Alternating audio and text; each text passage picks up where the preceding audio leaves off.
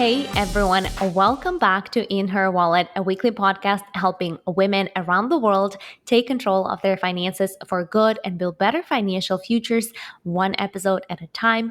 My name is Sofiia. I am your host, creator behind In Her Wallet, and an accredited investment representative here in Canada.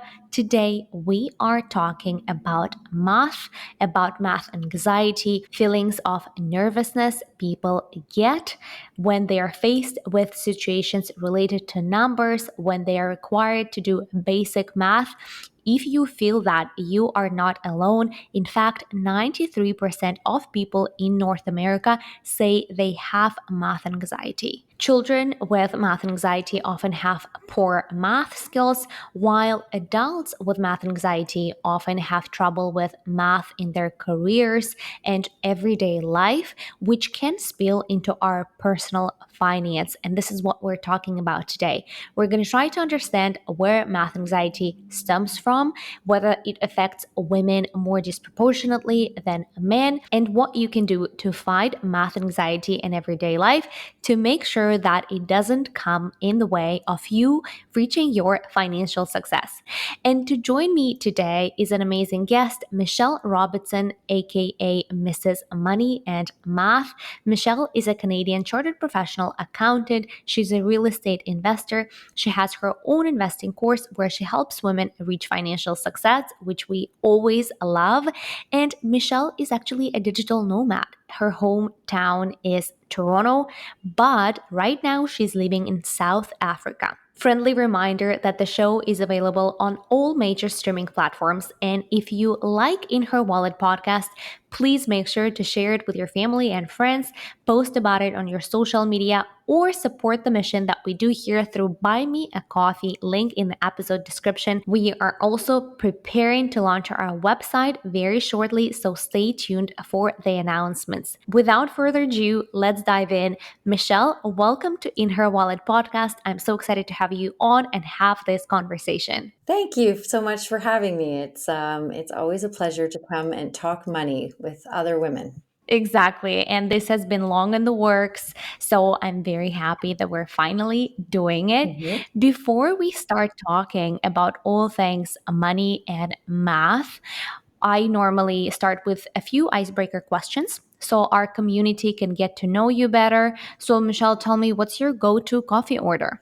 Well, I quit caffeine about 8 months ago. So now I would say my go-to coffee order would be a decaf oat milk, probably latte, I would say. Nice. I like that.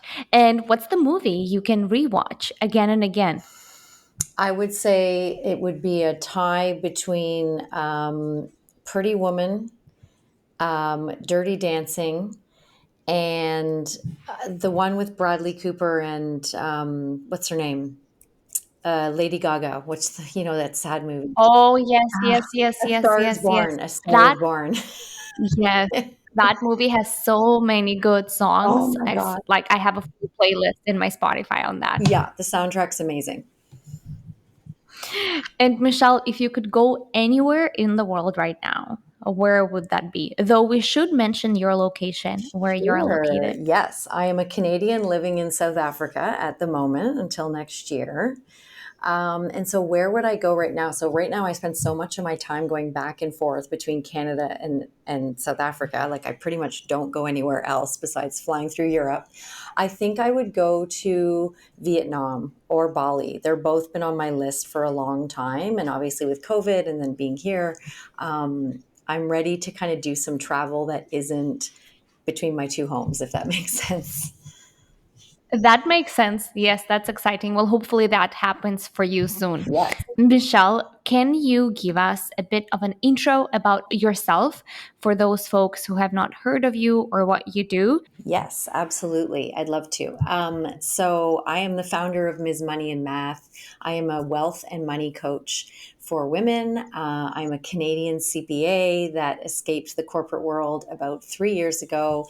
And I basically teach women how to uh, heal their mindset, their money mindset, manage their money, and become confident investors so that they can basically build a life of freedom and choice, because I really believe that that's what having money is about. It's not about being rich, it's about being able to have choice in your life. I totally support you on that. And I love having conversations with women who are pursuing the same mission as we are here at In Her Wallet. So I'm very excited to have this conversation with you, Michelle. The topic is math anxiety and whether it's making us bad with money. When I came across your page on Instagram, I was like, yes, this is the guest that I want to discuss this topic with. I recently came across a stat that 93% of people in the US have math anxiety, which is just mind blowing to me. I feel like this topic can be relatable to a lot of listeners here in Her Wallet. So, Michelle, to begin, can we identify what math anxiety is? Yeah, so I think people have these limiting beliefs and preconceived notions about that, they're not good with numbers. I think people either think they're like words people, they're either great writers or artists, or they're good with numbers, right? It's like your left brain and your right brain. And so that, I think, creates a lot of anxiety. And where that, what we're going to talk about is where that bleeds, what that bleeds into is, well, if I'm not good with math, then I must be horrible with money, right? Because money is dollars I and agree cents with and you. numbers. Yeah. I think it's just very natural for all of us to feel that obviously money is numbers, Mhm. math is numbers. So for me, how I relate to this definition is I wasn't an A plus student in my math classes in school and university. I've actually failed a math course once that I had to retake it. So, if not for my professional designation and the career I decided to pursue later on, I think I would also have that preconceived notion that, well, since I'm bad with math, I'm probably bad with money and I'll never be good with it. Mhm. So, for anyone who hears this and relates to this kind of feelings, this episode is for you. Michelle, do you think girls and women are more likely to experience math anxiety? 1000%, because the way that the media and society, and this is not just today, this has been going on for years, and women couldn't get their own credit card until 50 years ago in 1974. So the media and society have been telling women for, 50 years, 100 years, that they're not good with money, that they can't be trusted with money. So I think absolutely there is probably there seems to be a lot more uh, a lack of confidence, right, with money. And I would guess that the math part of it, there will be women that, my sister doesn't think she's a very smart person, like logically. And so she would have that math anxiety, right? And so, yeah, I think absolutely, because the messaging that has been spoken to all of us for so long, and it's subliminal, is telling us that very quietly. You can't be trusted with money. You're not the ones to invest, but then the way they speak to men is very different. So, absolutely. Michelle, how can we see that math anxiety translate into everyday life? Let's discuss a few examples. I would say one of the biggest ones that I've seen in my practice is women. Some women are great savers. We're all spenders or we're all savers. So some of us have a real inclination to be great savers and probably save too much. And that's where the problem lies, is then that women then don't move forward with investing because, again, no confidence. No one's ever spoken to them about how to do it. And so what they do is they squirrel their money away in a bank account. And they're like, at least it's safe there. I'm doing the right thing. So I think that's one way that this can show up. Trying to think about others. That's a big one. I think also probably relying on a financial advisor. I think, that's been this kind of old adage, right? It's like our parents, this is how our parents did things. So again, I've met a million women that I have taken away from financial advisors because there's better options for them. But they go down that path because it's sort of what they're told to do. And they're scared, like, oh, well, how could I do that myself? Right? I'm not good with numbers. I'm not Mm-hmm. good with math. I'm certainly not going to be a good investor. Right? So then Yes. relying on your husband, a financial advisor, or a bank teller to manage your financial future. So I know that's not an everyday, maybe spending thing, but still, we have to make decisions every day about planning for our future, right? I think an example I want to give personally for me back in the day when I was still in school and in university, I think one of the like brightest examples, and probably a lot of people can relate into how that math anxiety translates into everyday life, is just when you get brought up the bill and you have to give a tip. And that's Mm, 10, 15, 18%. And you're like, okay, well, my bill is $34. How much of a tip do I leave? Michelle, what if a person who's listening to us right now, mhm. they feel that way in their everyday life? They kind of like they unconsciously get this, like they might not even realize they get this feeling of anxiety when they're trying to calculate their bill in a grocery store or a tip when they're buying coffee. How can they approach these feelings? Well, I would say first and foremost, take a breath. And, don't be afraid to pull your phone out and use the calculator. Like, I will tell you, I am a Canadian CPA, and I am horrible with math in my head. I can obviously do 20% roughly on a bill at a restaurant, but there's lots of things where people will be like, "Oh, 7, or I'm like, get this thing out. This thing can help you, right?" None of us are expected to be able to do complex or calculations in our brain, you know, lickety split kind of thing. So I think do Totally. that. What about you? What do you think? Normally, if we're talking exactly about doing the tip by percentage, if it's like a weird number and I have to calculate 15, 18, 20%. And if I'm having a hard time with it, I will just opt out for the amount option.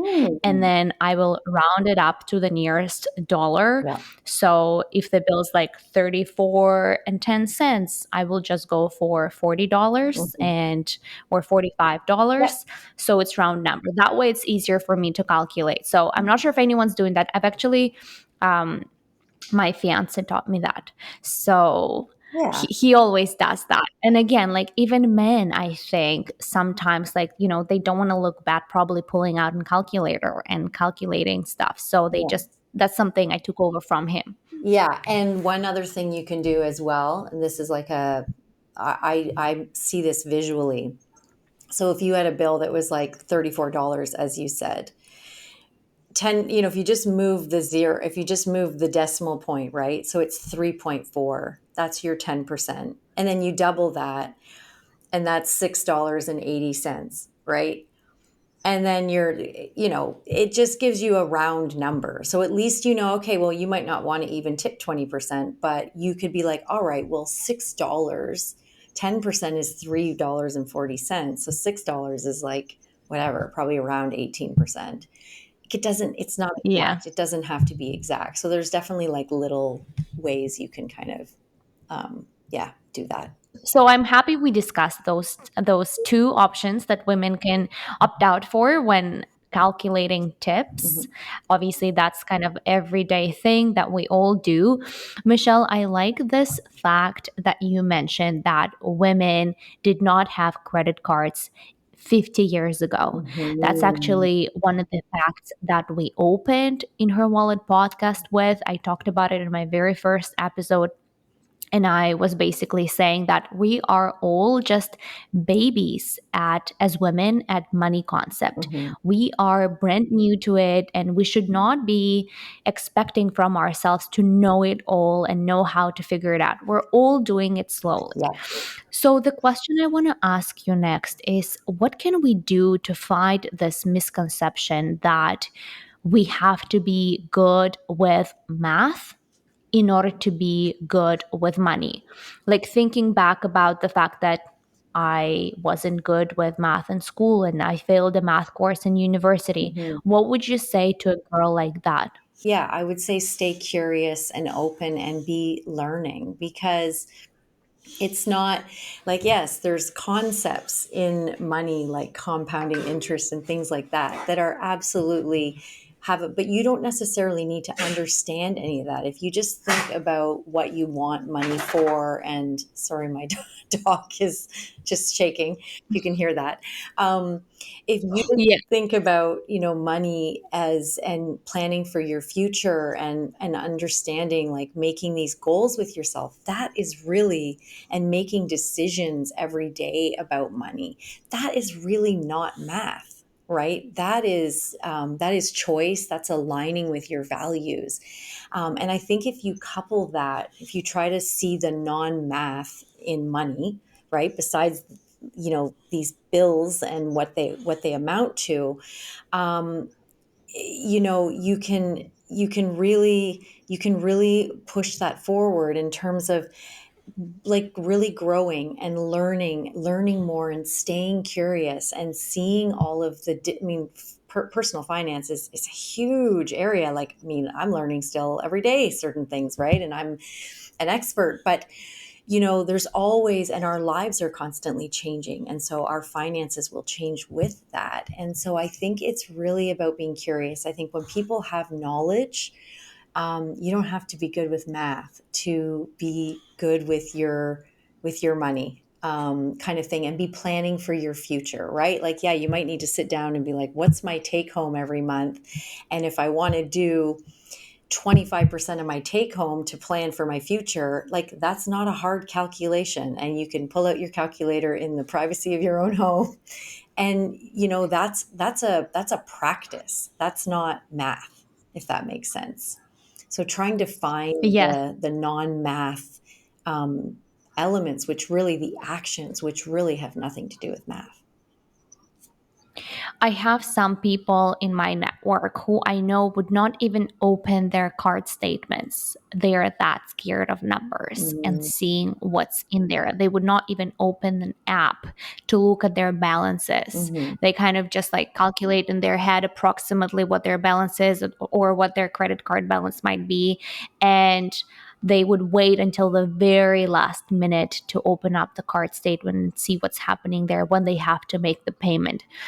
So, what can we do, like small actionable steps to feel less nervous around money? We mentioned maybe listening to podcasts like Mm-hmm. this, maybe reading a book. Mm-hmm. You don't necessarily have to go and get a CFA or CPA designation, but just doing something small every day, again, pulling out a calculator to make that tip calculation. Mm-hmm. Any other examples, Michelle, on small steps we can do? Yeah, I mean, I like the book idea. There's the great book called Your Money or Your Life, which essentially teaches you how to calculate how much it costs you in work, to like how much each hour of work costs, in terms of then being like, this sweater is, I don't know, $80. And that's essentially 2 hours of work for me. I'm making these numbers up. So I do love that idea. That's $40 an hour. That's a very good hourly wage. Yeah, but imagine like how that can help you make spending decisions, right? I like that. Hmm. That's actually, I think I still, my very first job was in Zara. I used to work as a cashier, and I still remember that I was making $11 per hour. And back then, I was in university, I was in my second year. So the way I would calculate things, I would like, okay, this is $20. So that's an hour and a half of my work there as a cashier to buy something. Hmm. I like that concept. It makes you value your time and your money from a very different perspective. Yeah. I also think, and I don't know if this is a small step, but I think getting curious about, how you feel when you're making spending decisions, like when you're buying, what is happening with you. A lot of people spend with from emotion, right? Whether they're sad or they're bored, or they're trying to understand what motivates you to spend. I think can help you to be more intentional with your spending. I think a lot of people have a lot of trauma from money. You know, our nervous systems were imprinted by the time we were 7 years old. So recognizing that if you grew up in a household where, I think almost all of us grew up in a household where, whether your parents had money or they didn't, it was a stressful topic. Because if you can imagine the generations that we're working with, they don't have any literacy. There was even less literacy for our parents, and the shame was even greater. So everyone just suffered silently.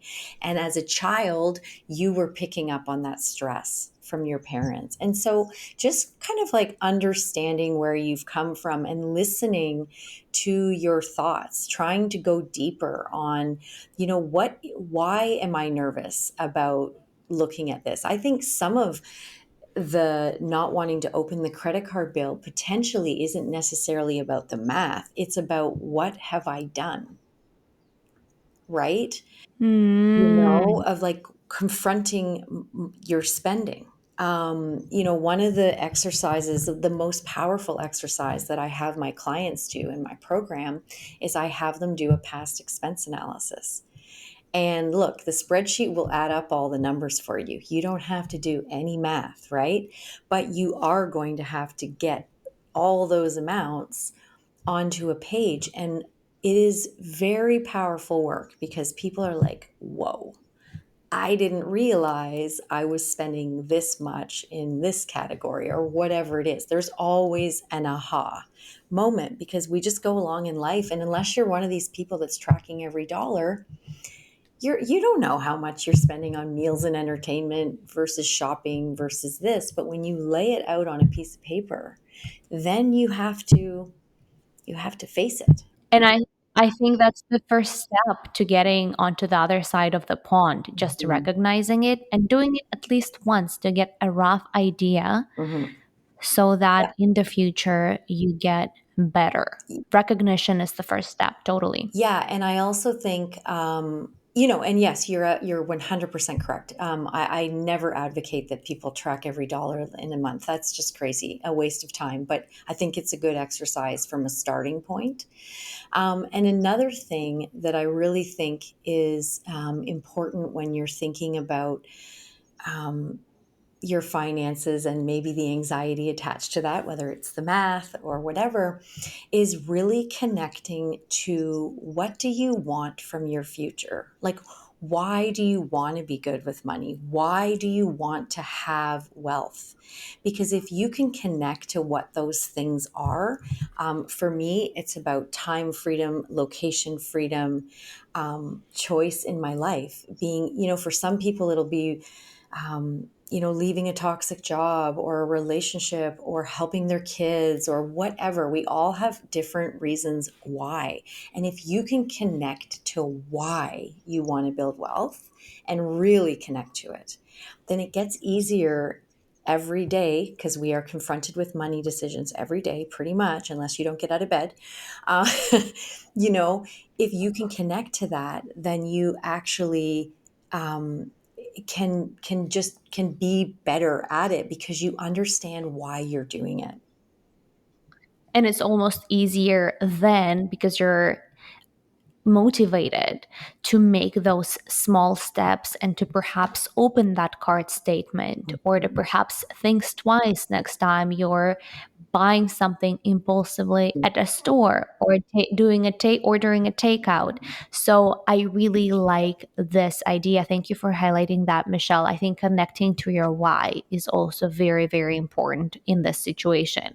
You started talking about households, and I thought that was a very interesting point, because I think a lot of our math anxiety stems from our childhoods. Mhm. For me, again, going back to that math classes and the grades I used to get, I remember back in school, the people who were really good in math classes, who were always raising their hand, who were getting A pluses on tests, they were always boys. Mhm. So unintentionally, I always thought, I'm just, during our conversation, I'm realizing it, that I think that's where it also came for me, because I always thought, well, only boys are good at math. Mm.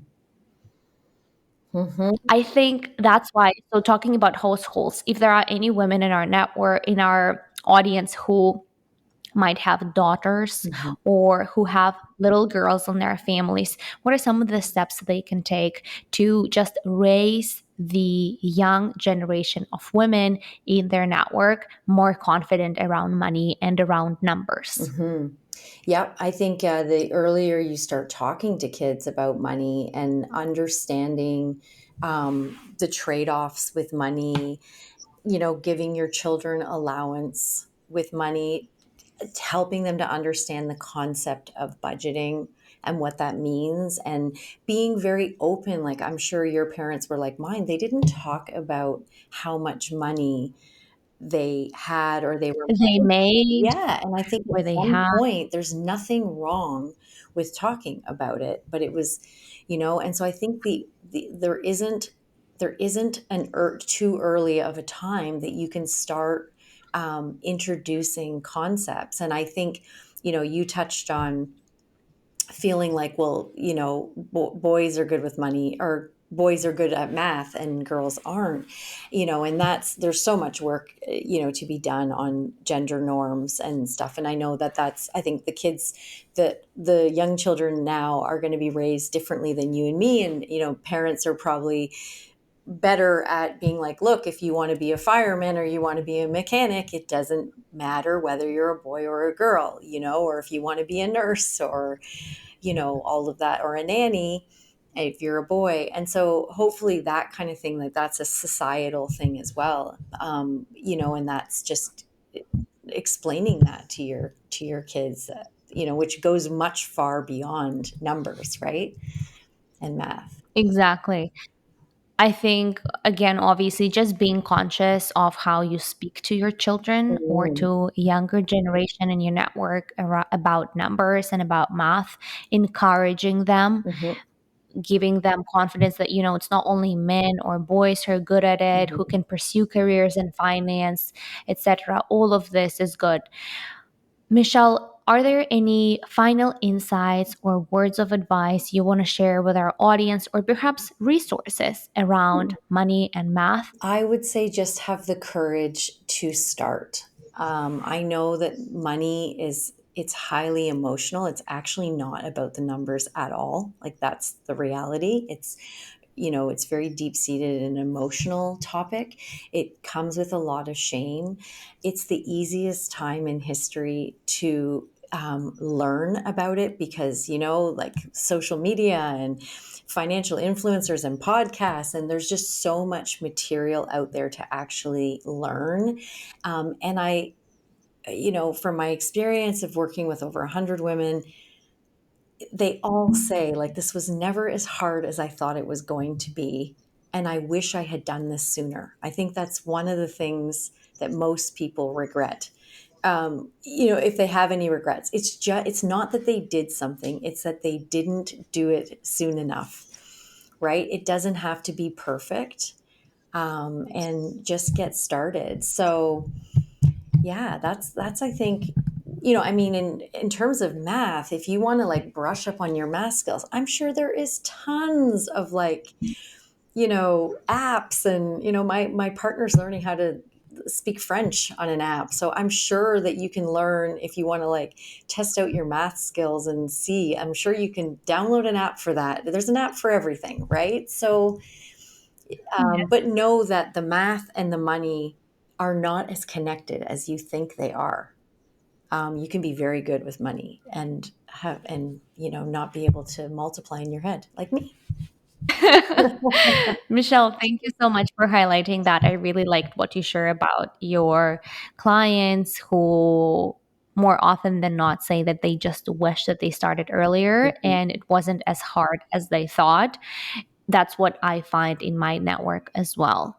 So, the two questions I wrap up every episode is asking my guest what is financial freedom to them, and what's their advice to women on how to achieve that. So let's start with the first one. How would you define financial freedom, Michelle?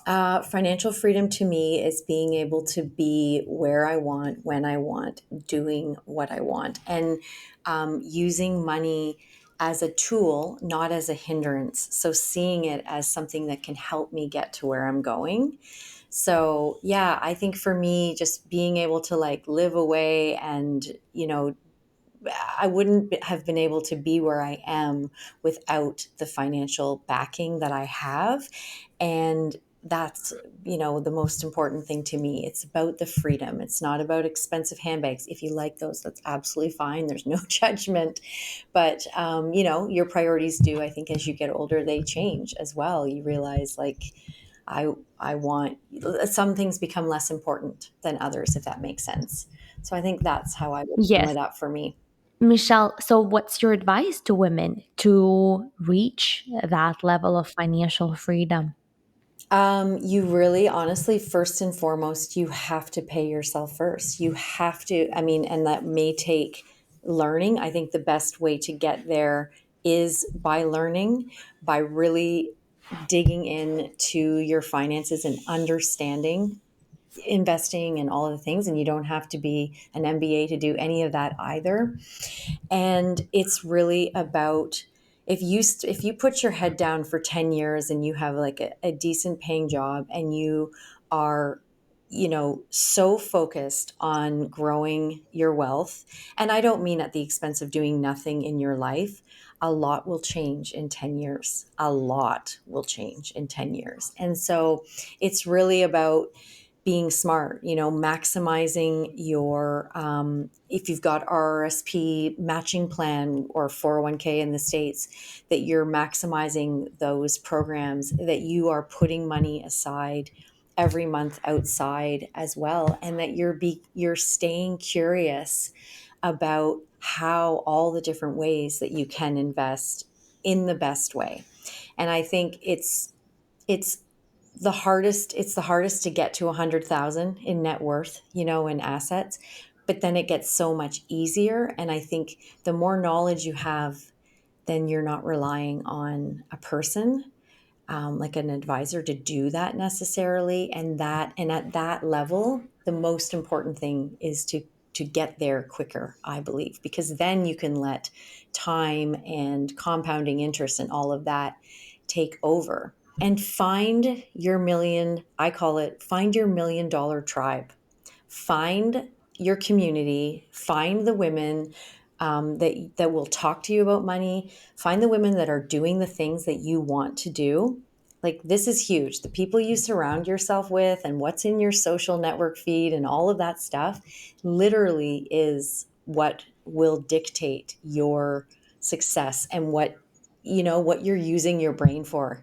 So if it's I really think that's important, who you surround yourself with, because you will go further with other people that inspire you. I love every tip you shared, and I absolutely agree with it. Thank you so much, Michelle. How can In Her Wallet community get in touch with you?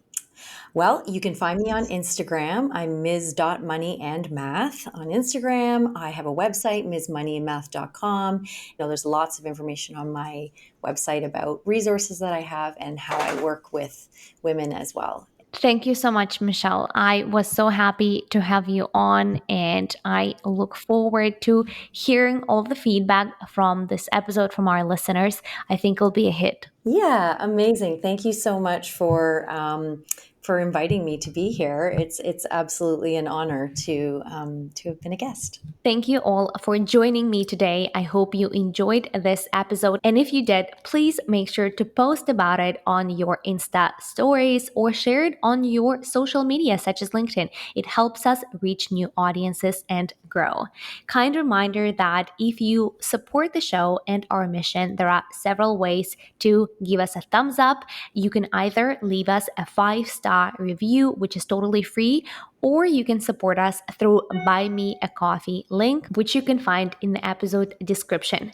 Thank you all for tuning in today, and I will see you next week.